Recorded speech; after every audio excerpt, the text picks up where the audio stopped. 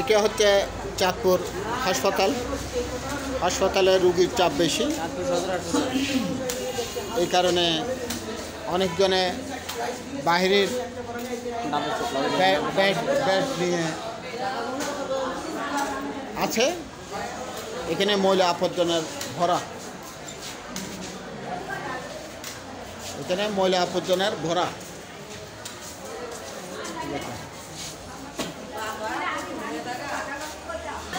হচ্ছে পুরুষ ওয়ার্ড, এই যে ময়লা আবর্জনা, আর এদিকে হচ্ছে রুগী। এটা হচ্ছে হাসপাতালের দ্বিতীয় তলা।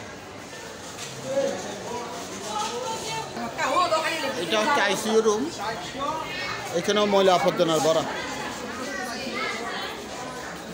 ওই যে আইসিইউতে বিলাইও আছে, বিলাই, এই যে বিলাই বাইরে এই যে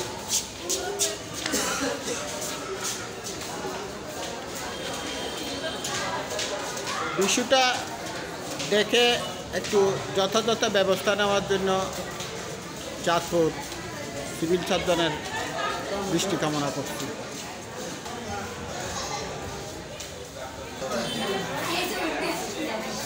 আবু মুসা মোহন, চাঁদপুর সদর হাসপাতাল থেকে।